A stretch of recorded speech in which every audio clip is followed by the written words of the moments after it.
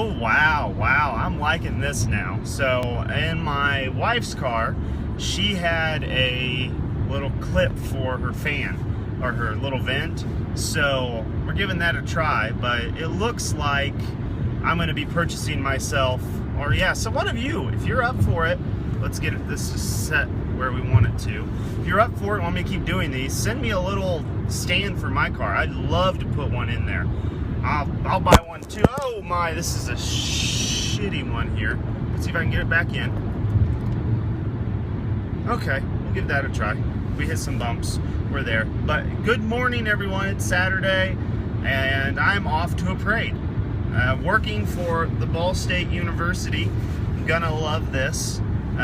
It's a little chilly. We're sitting at 44 degrees, so if you have those jackets laying around that you're waiting to ship in to Amazon for a little bit colder season, the colder season's upon us here in Indiana, so we're gonna be buying these things. I actually bought this yesterday, so just Kakistan. We got someone hello from Kakistan? This is cool. What time is it at Kakistan for you guys? I don't even know. I know where that's at, but what time is it over there? Anyway, what I wanted to do this morning was explain why in the heck on my Saturday morning I'm still working a full-time job and I'm just working a parade. And what I want to talk about is why in the world I'm doing that instead of going sourcing this morning or doing something else. And it really boils down to, Chris, if you're making good money off of Amazon and your Facebook group and all of that, why in the world are you still working a full-time job? That's the question I get asked all the time. And the answer is I get extremely bored doing a lot of or just one thing repetitively. So, for instance, to stimulate my mind, decided back about this time last year to start FBA Master. And this is a little pet side project. I like to do a lot of small things and really... Okay. Oh yeah, hold on. I was reading the comments and probably shouldn't read and drive at the same time. But so I started doing this part-time. And there's a whole kind of process that I'm thinking about in my head. And it's all about, I think there's two ways you can get rich in life. Number one is make a lot of money. Usually with a lot of money comes problems. And it's not a bad thing. It's just you have a lot more, so you spend more, blah, blah, blah. The other way I find to get rich is to reduce all of your expenses. And that is kind of the mentality that I'm taking, and that's why I'm still working a full-time job, and that's why I do Amazon, and that's why I find ways to do things. I like to reduce my expenses. That's why we've done the ungating giveaways. Instead of asking for money, I just ask for the things I'd buy with the money, so then I don't even have to worry about the money. But, so anyway, what I'm doing with my Amazon money is we bought a house here in a pretty low housing market, not a low housing market, but a low cost of living area. And we're paying that off. I expect that to be paid off in about 5 years. So in 5 years, I'm never gonna have a house payment for the rest of my life if we decide to stay there. If we don't, I'm gonna be able to, we bought a foreclosed property, and I'm gonna be able to sell it for double what we put into it. So I'm gonna be able to buy a bigger house if we need that. My cost of living there has been reduced because I no longer have that house payment every month. So we have that. I'll get to what I'm selling on Amazon. I have a crap ton of stuff, and watch the other Periscopes and check out FBAmaster.com. I give a very good walkthrough of things there. So I'm doing that right now. If you saw last night, I posted what I was doing with the money I made from the group. And it's really interesting. Starting a college fund for a kid that my wife and I we haven't even started trying or thinking about it yet. But I would rather start saving now, because the one thing you can't get more of in the world of investing is time. So I've started putting the money back for that so it can sit there and grow for 20 years, 30 years, however long it's going to be until my child needs that. So a little bit into my job now. My job where I work is actually at a university. I actually switched jobs about 5 weeks ago, And you could probably tell that from all of the craziness that happened of me not responding to a lot of things and being slow on everything. It's because I was switching jobs. I used to work at an ad agency in Fishers. Loved the job. Stress level was not where I liked, though. I mean, it was a pretty high stress job. Clients constantly basically being ticked at you, and you had to do stuff that was due 4 days ago because you didn't know about it, that kind of stuff. So I decided to look. Wasn't even looking for a different job, and got a message from a friend at the university, my alma mater, and they had a position open right in the digital marketing side of things. So I ended up taking it and switched over, put my 2 weeks in about 8 weeks ago at my old job, left, had about a week and a half off, and then went to my new job. And there's a few things that a lot of people don't understand about this new job. Number one, it's like I'm volunteering and getting paid to do it. When you have that extra income coming in, you can kick your phone around. Yeah, sorry about that, guys. Hold on here. Hold on. That thing fell. That's why I need a different one that's not crappy. So, it's like I'm volunteering, because I would be doing this stuff for Ball State if they ever asked me to do it. I love it. It's fun. It's digital marketing. It's emails. It's website. It's social media. And I am being careful. It's literally just a little clip in my vent, and it keeps falling, and I don't know why. So, there's that. It's fun. The benefits are great. Working for a public university, they still have pension plans. Did you know that? Still had pension plans. But I still do my retirement savings on the side. The healthcare is a lot better than my old job. And my old job had pretty good healthcare. And this is just better. So you got those two things going for it. And then on top of that, it's closer to home. So when I was working in Indianapolis, I had an hour drive there and an hour drive back. And that really put a lot of strain on me mentally and physically, because I was wasting a lot of time in a car.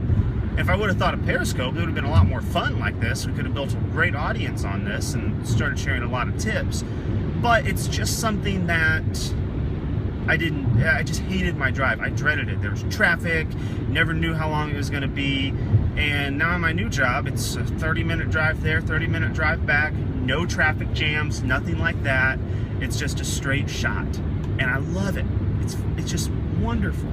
Like today, we're going to a parade. It's homecoming weekend up here, so if I don't respond to stuff on social media, it's because it's homecoming. And my job is at the Ball State University Foundation. So this is the biggest week of events in the year, and it's my job to cover it with social media and with emails. And we've had about 50 emails go out in the last 3 weeks about homecoming, different events, different things. So I've been a little busy at work.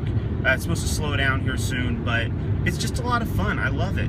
So, looking out, I will probably always work in some capacity or another. It's something that gets me up, gets me moving, go to, but I have the freedom to pick what I want to do. And I know a lot of people go, well, I hate my job, I don't want to do this. And I'm in a different boat. And being in a different boat puts a new perspective on it. So if you hate your job and want to quit, the person to follow is John Sizon on our FBA Master Group.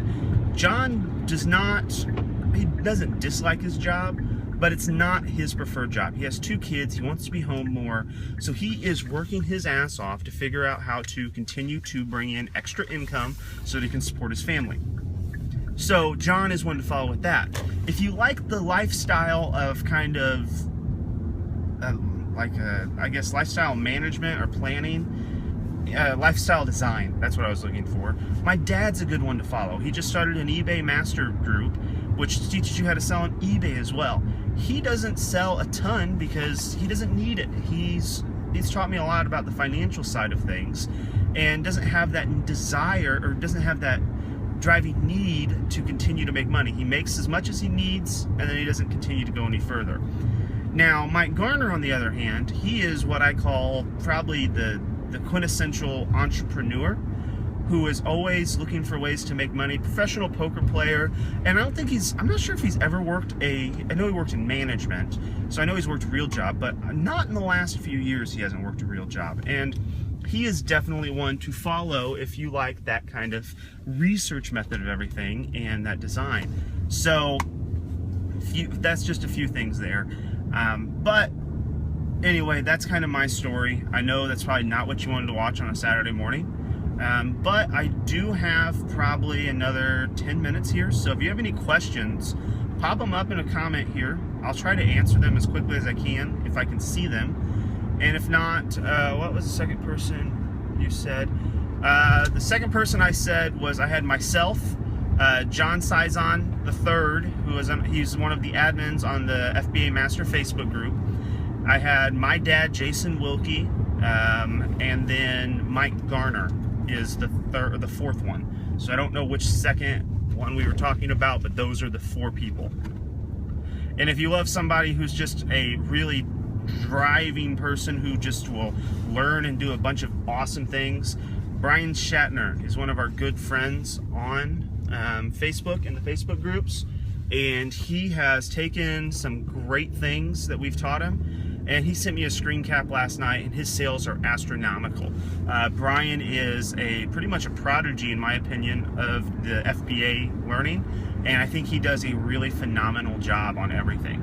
So what other questions we got, guys? Nothing? Silence falls over everyone.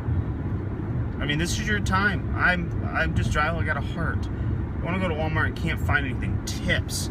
So when you're at Walmart, the way I like to look at it, there's always clearance sections. I know that some clearance sections suck.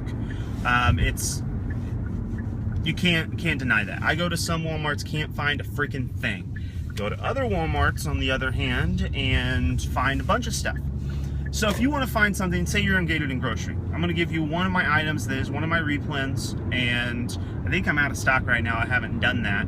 Don't go knocking the price down on me, or we'll find you or beat you. And I know this will expire in 24 hours. There's only 7 people watching it right now. Go to the bulk section of Walmart Grocery, and there's Ortega taco seasoning. It's a big ass taco season. It's like $4.48 for the bottle. Every time I go into Walmart, I pick up the entire shelf of those. Always tell the people at the front, the register, that I really, really like tacos. But that stuff sells anywhere, you make anywhere between $3 to $6 a piece. And they sell very well. And I love that stuff. So I look for things that most people wouldn't sell. People aren't going to actively search out oversized items. It's something they're taught to go small, fit it in there. So I wouldn't go scanning all the toothpaste. There are some good toothpaste items in there, but you're not going to have the luck of bigger items. So I look for that. And then the way I look at Walmart is there's always at least one clearance section, and that's typically back in the lawn and garden area for most stores. If not, it is in the middle section by where the cards are. And if that's not it, sometimes if you take a right into a store and go that way, past the health and beauty, take the left to where my toys would be at in my area, that area sometimes is also a clearance area. It just really depends on the store. Sometimes there's clearance areas in all 3 of them. Sometimes there's none. I mean, it really depends on the Walmart. So I look there first, and then I've started noticing that certain aisles or certain departments in the store have clearance sections. And I know Brian can talk about this more. Brian actually works at a Walmart, so it's fascinating. And I need to have him onto a podcast or a Periscope or a Hangout. What do you guys think on that one? But anyway, in the back of those sections, or in like a end of a row, you will find that they have clearance there. And I do a few things with the clearance. I will find things that are good deals and buy them. But I also keep a running list in my head of items that will be good once they start marking them down. And every time I go into a Walmart, I check to see if those items have been marked down. Great story of this. There were some Black & Decker Matrix drills at my Walmart. And they were in the clearance section, and I saw them. And at the time I saw them, they were pricing them, I think they're like $130 retail. They had them marked down to $110. And my store follows a pretty good pattern of every like 4 to 5 weeks, they start marking items down again. So I watched these drills. They went from 110 to 80. And I was like, 80, still can only make like 10 bucks off of these. It's not worth it. Let's leave them here. Let's see. So every time I go to a store, I would literally drive or walk right over to them, pick them up, look at them. So this last time when I went into the Walmart, my dad had just been in there and he hadn't been looking at these drills. He had looked at them once and they were too high, so if he saw them again, he passed on them. And same thing with my brother. We all shop the same stores, so it's all about what you look at and what you find, and it's very interesting on that aspect in itself. That's a whole nother Periscope or podcast or something like that. But I picked up these drills and they had dropped down to $40. This was an 8-week process I followed to find these drills. So, I mean, it wasn't like I just was paying attention and got them and was there the next day. I had to wait 8 weeks to get these things. When they dropped to $40, I made $60 a piece off of them. It was wonderful. But I keep an eye on those items. And a few other things I have started doing when I go to the Walmart is looking for out-of-stock items. Things where there should be items in their places and they're not there. It means they're selling well on a local level. Those are great items to go to another store, figure out what the heck they were, since most Walmarts are the same, and see if they are good sellers. I also use OA X-ray, and I use OA X-ray to kind of build me a list of items that I need to go searching for in a store that are out of stock on Amazon. Love that stuff. And if I do any online arbitrage, what I'll do before I ever go buy a large quantity of something on Walmart.com is I'll go buy 2 or 3 of them at a local Walmart, send them in, see if they sell. If they sell, wonderful, we're great, this is fantastic. If they don't sell, well, okay, I'm only out 3 items and I don't have to worry about it. So those are some tips that I have there. I also found that there's a few different people that are able to help you there. You have your department managers. Those people are able to mark down the prices tremendously. If you ever find one of those, they're usually the person you see multiple times at the store, like repetitively. I would recommend talking to them, see what they're doing, that and that. Then let's see here, sorry, gotta drive for a second. You have your CSMs, your customer service managers. If you ever have any issues with products not scanning up right, those are the ones who come up with the little PDAs in their hands, and it'll ding on them and you'll become very good friends with them. So I've also talked to one of those. She's been able to make me a few deals or go find the manager for me. Then you have the overall store manager. That's the person that you need to talk to, give your business card. If you don't have a business card, go to Vistaprint. Vistaprint will give you free freaking business cards. Sign up for that. Get a few made so that you can just hand them out to different store managers. And you'll find that the little card saying, hey, give me a call when you need to clear out inventory. Not all the time will they give you a call. I'm not going to say that it's like a magic wand that you can automatically get a phone call, but it does show them that you're serious and that you're a legitimate business. So go to Vistaprint. They give you like 100 cards for free. You pay like $5 in shipping, and I used to do that for my actual businesses. So I would grab that stuff and go from there. And you'll find that the more and more you network at these stores, the better deals you are. I walk in and I'm that Amazon guy at my Walgreens. They will actually bring me up, hey, we're getting ready to mark some stuff down. Want to come look at it?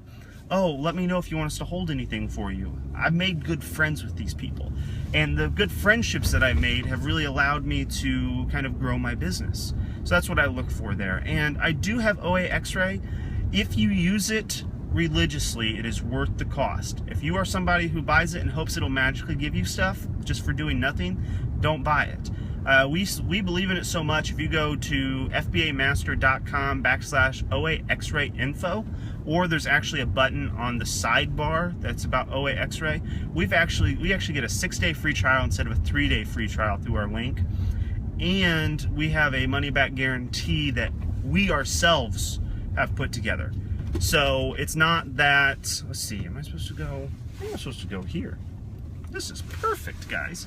But it's one we've put together ourselves, and we love it. We think it's great, but we think you'll think it's great as well. So I'm actually pulling into my parking lot here. I am set, ready to go.